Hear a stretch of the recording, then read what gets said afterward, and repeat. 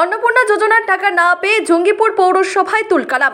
কর্মীদের লক্ষ্য করে ডিম ছুড়লেন মহিলারা। মুর্শিদাবাদের জঙ্গিপুর পৌরসভায় চরম উত্তেজনা। অন্নপূর্ণা যোজনার টাকা না পেয়ে ক্ষোভে ফেটে পড়লেন উপভোক্তা মহিলারা।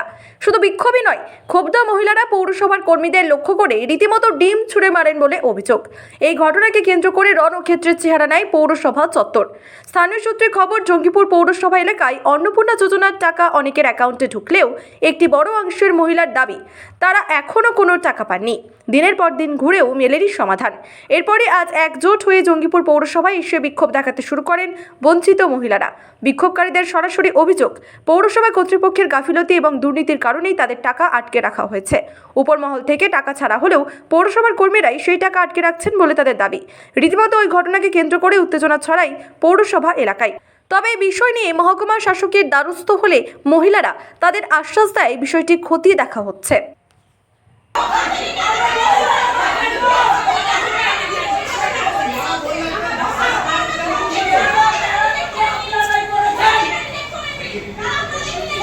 এই জিনিসটা পৌরসভাতে মানে দেখছে জিনিসটা, আমরা স্যারের সঙ্গে কথা বললাম, স্যার বললো আমরা দিয়ে দিব, কিন্তু এতগুলো মহিলা হিন্দু বেছে বেছে কেন হিন্দু মেয়েগুলোকে বাদ দিচ্ছে?